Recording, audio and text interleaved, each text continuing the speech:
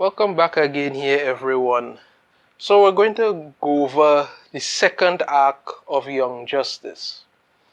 And this time the arc focuses on Tigress, aka Artemis, and stuff that goes on around with her and all of this stuff. And we have some tie-in with Lady Shiva and Orphen and all of these things. Now, obviously, Artemis is just trying to do what she could do, living her life, whatever. She gets to find out about Connor's death, and that, brings back all these old memories of what happened with Wally, who I still say is alive, and they're not looking for him, but okay, all of that. Then in comes Onyx, and she's come to tell her that Cassandra Savage is going to pretend to be defecting from the light and that they need to be on guard. Cassandra shows up and says that it's actually Onyx, and Cassandra is missing an arm and an eye, and she says it's really Onyx who's the traitor, so it's a whole back and forth. Artemis calls in her sister Jade, who tries to determine which one is who and one than the other. What we end up getting to find out in this arc, though, is that Orphen is the daughter of Lady Shiva, and that Lady Shiva trained her from birth to be an assassin, even removed her ability to speak. Talk about family issues. And on her first mission, she sent her to kill the Joker, who had gone crazy and was trying to blow up the UN. When she went to kill Joker, Batgirl got in the way and took a sword strike to the spine, crippling her. That's how Barbara Gordon ended up in a wheelchair and became known as Oracle.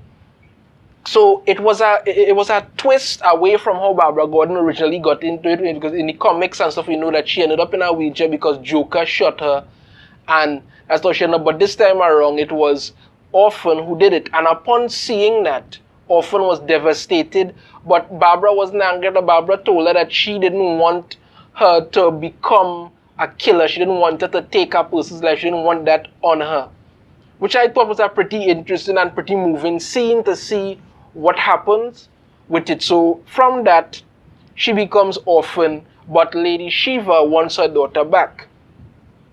Long story short, it turns out that Cassandra Savage, is actually the mole and had tricked them, and they all brought them there together so that Shiva could get her daughter back. Big fight ensued. Shade defected and helped them because he owed Jade something. So he did that. We had a fight between Orphen and her mother, which was pretty good, and we got to see Orphen stab her, and then instead of finishing her off, she left. But it points out something in this, how vulnerable these heroes are, and how much the light and the shadows and all of them know who they are, how to get to them, because the shadows know where Jade's daughter Leanne is. And throughout this thing, Artemis wants her to come back, and we got some flashbacks seeing their childhood. And Sportsmaster was a son of a bitch to them. Thought they trained them horribly, beat them to a pulp, kind of thing. Jade tried to run away. She wasn't making it out there, all of this drama. So, and Jade was worried she was turning into her father, and she was more like him. And I really didn't get it. It seems that this season, as you will see going along, tries to set up a lot of this conflict between certain things that don't really pan out to go. Because, okay, Jade is not a warm, huggy person, but she's not a monster either.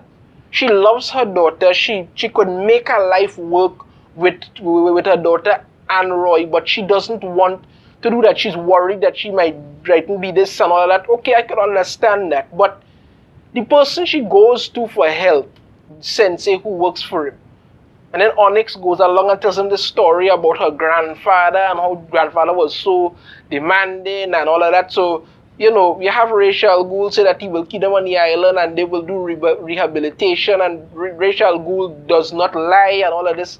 I mean, it's somewhat okay.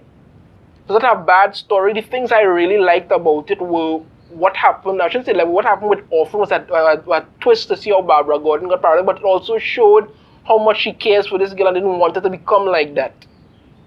So it shows that, right? It shows that, and throughout this thing, Artemis was narrating, we also got to see that Beast Boy starts to abuse sleeping pills, and he's very depressed and all of this all the time. So that's an issue in of itself. And also, John and McGann look to leave Mars to head back, and McGann's sister Emery decides to come with them. So, you know, it's all this sort of stuff. We also get to see Clark having to deal with the feelings of guilt about how he didn't spend enough time with Connor, and he also has to explain to his son what it means for somebody to die and have to eat with them and all of this stuff.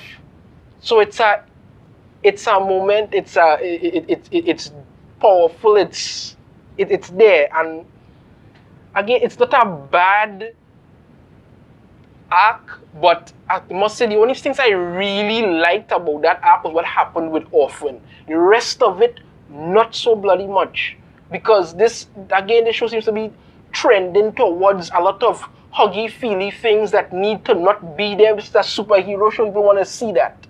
That's what they want to see. So that's what happened with Artemis in the second arc. That was the long and short of it. That's what went on. Okay, so that's it for me. I will be back next time to give you the update and give you another review of the third arc. And if you like the video, be sure to hit that thumbs up. Subscribe if you haven't already. Ring the notification bell. Be notified every time I put out a new video. And I shall see you all next time. Take care.